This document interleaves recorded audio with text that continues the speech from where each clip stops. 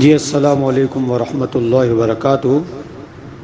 ان کے انٹرویو پہ میں کچھ باتیں کہنا چاہتا ہوں۔ پہلی بات تو یہ ہے کہ حضرت والا نے جو بولا ہے نا کہ لاکھوں کی خالی پاگلوں کی بھیڑ ہے، میں آپ سے یہ پوچھنا چاہتا ہوں کہ آپ ہی اکیلے سمجھدار ہیں؟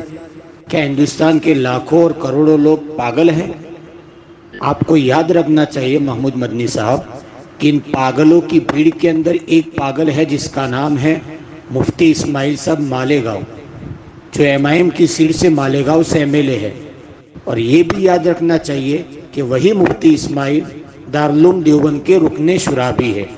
اگر وہ پاگلوں کی بھیڑ میں وہ بھی پاگل ہے تو میں آپ سے یہی کہتا ہوں کہ ان کے دارالعلوم دیوبند کے رکن شورا سے نکال دینا چاہیے، کیونکہ وہ پاگلوں کی بھیڑ کے اندر اندھا دھند چل رہے ہیں۔ دوسری بات یہ کہنا چاہتا ہوں کہ آپ نے یہ کہا ہے کہ دیکھ لو تلنگانہ کے الیکشن کے اندر کیا ہوا۔ ارے بھائی صاحب، تھوڑا سیاست کا بھی واقفیت رکھا کرو اور سیاست کا بھی مطالعہ کیا کرو کہ کون سی پارٹی کون سی اسٹیٹ سے کتنی سیٹوں پہ الیکشن لڑتی ہے۔ تلنگانہ کا جو ویدھان سبھا کا الیکشن ہوا تھا اس کے اندر ایم آئی ایم کا گٹھ بندھن تھا، کے سی آر جو سابق چیف منسٹر تھے چندر شیکھر راؤ، ان کی پارٹی سے گٹھ بندھن تھا، اور گٹھ بندھن ہوتے ہوئے ایم آئی ایم نے تلنگانہ کے اندر صرف 8 سیٹوں پر الیکشن لڑا تھا، اور ان 8 سیٹوں میں سے حیدرآباد اور حیدرآباد کے اطراف کے اندر ان 8 سیٹوں میں سے 7 سیٹوں پر ایم آئی ایم الیکشن جیتی ہے۔ یہ بھی آپ کو یاد رکھنا چاہیے کہ وہ 7 کی 7 سیٹیں دوبارہ جیت کے واپس لائی ہے۔ پہلے وہ 60 سیٹیں ایم آئی ایم کے پاس تھی ہی، وہ 7 کی 7 سیٹیں الحمدللہ دوبارہ جیت کے واپس لائی ہے، اور الحمدللہ وہ کام کے بل بوتے پہ لائی ہے۔ تلنگانہ کے اندر انہوں نے حیدرآباد اور اس کے اطراف کے اندر انہوں نے کام کیا ہے، اور وہاں کے اسمبلی کے اندر سابق چیف منسٹر کی جب حکومت تھی تو ان کو اس بات پر مجبور کر دیا تھا اور مسلمانوں کا ریزرویشن پاس کروایا تھا، اور مسلم ریزرویشن کوٹھے کے اندر سرکاری کوٹھا بڑھوایا تھا۔ آج بھی کانگریس کی حکومت آئی ہے تو کانگریس کی حکومت کو بھی وہ لوگ مجبور کر رہے ہیں، اور اتنا مجبور کیا ہے کہ کانگریس بظاہر ایم آئی ایم سے دوستی کرنے پر مجبور نظر آ رہی ہے، تھوڑی تھوڑی اشارے اس کے بتا رہے ہیں۔ آپ کو یہ بھی یاد رکھنا چاہیے کہ 2019 کے لوک سبھا الیکشن کے اندر حیدرآباد سے کانگریس کے ایم پی کو ایم آئی ایم نے اسدالدین اویسی نے 2.5 لاکھ ووٹ سے ہرایا تھا، اور ابھی تازہ الیکشن 2024 کا بی جے پی کے ایم پی کو تقریباً 3.25 لاکھ ووٹ سے ہرایا ہے۔ یہ ان کا کام بتا رہا ہے، وہاں کی ان کی مسلم جنتا نے بلکہ مسلمانوں سے زیادہ غیر مسلم لوگ ان کو ووٹ دیتے ہیں ان کے کام کے سلسلے کے اندر۔ تیسری بات یہ بولنا چاہتا ہوں، میں آپ سے پوچھنا چاہتا ہوں کہ آپ نے کیا ٹھیکہ لے رکھا ہے کہ مسلمانوں کی کون سی پارٹی ہندوستان کے کس حصے کے اندر الیکشن لڑے گی؟ آپ بولتے ہیں اسدالدین صاحب کو کہ ان کو حیدرآباد سے باہر نہیں آنا چاہیے۔ مولانا بدرالدین اجمل کو آپ نے رائے دیا تھا کہ آپ آسام سے باہر نہیں نکلیے، ٹھیک ہے، آپ کی رائے مان لیا۔ مولانا بدرالدین اجمل کو آپ نے رائے دیا تھا کہ آپ آسام سے باہر نہیں آئے، مولانا آسام سے باہر نہیں آئے۔ یہی لوک سبھا الیکشن دیکھ لو، جو ابھی تازہ الیکشن دیکھ لو، مولانا بدرالدین اجمل کو ہرانے کے اندر سب سے بڑا ہاتھ کس کا ہے پتہ ہے آپ کو؟ اسی کانگریس کا ہے جس کانگریس کے آپ گن گاتے ہو اور جس کانگریس کے آپ تعریف کرتے ہو۔ اس کانگریس نے بڑی پلاننگ کے ساتھ مولانا بدرالدین اجمل کو آسام کی دھوبری لوک سبھا سیٹ سے ہرایا ہے، اور یہ پول کھلا ہے ملت ٹائمز کے شمس تبریز نے، وہ بھی آپ کو دیکھنا چاہیے۔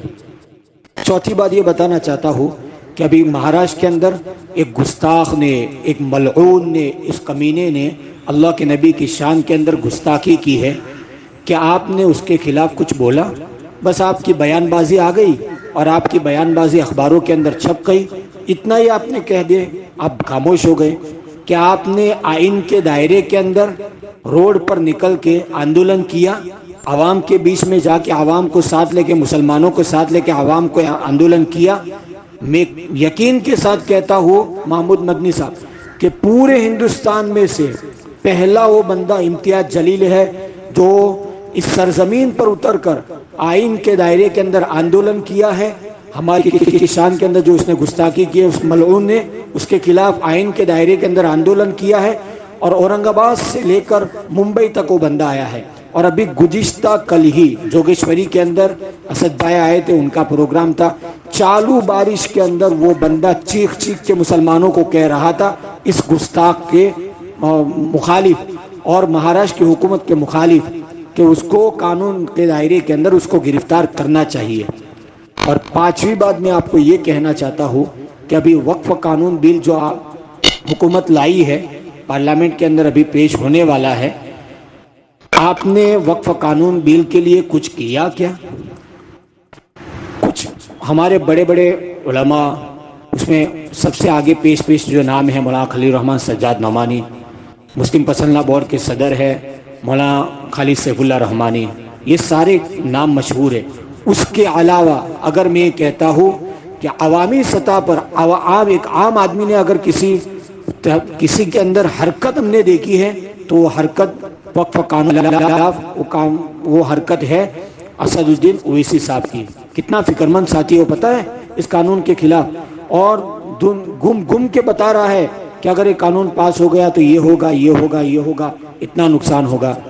بھائی صاحب برائے کرم ہم آپ کو یہی مشورہ دیتے ہیں کہ آپ خاموش رہے، یہی آپ کے لیے بہتر ہے. ہاں آپ دوسروں کو بولتے ہو نا بھڑکاؤ بھڑکاؤ بھڑکاؤ، یہ انٹرویو میں جو ساحل نے گودی میڈیا کے چینل نے جو آپ کو بولا ہے نا بھڑکاؤ، اور اس کے جواب میں آپ نے جو بھی بولا ہے، ہاں وہ جب دہرانا الفاظ نہیں چاہتا ہوں، آپ کو میں یہی رائے دیتا ہوں کہ بھڑکاؤ انٹرویو دینا بند کر دو اور بیہودہ انٹرویو دینا بند کر دو. آپ کی خاموشی امت کے لیے بہتر ہوگی. برائے کرم جو لوگ کام کر رہے ہیں ان کو کام کرنے دو. میں آپ سے پوچھنا چاہتا ہوں، بلکہ ہندوستان کے مسلمان یہ پوچھنا چاہتے ہیں، 2012 یا 13 کے اندر آپ سماجوادی پارٹی کی ٹکٹ پر راجیہ سبھا میں گئے تھے، آپ نے یو پی کے مسلمانوں کے لیے کتنا آواز اٹھائی؟ آپ نے یو پی مسلمانوں کے لیے ان 5-6 سالوں کے اندر کتنا کام کیا؟ وہ ہندوستان کے مسلمان یہ جاننا چاہتے ہیں، وہ ڈیٹا بتاؤ آپ.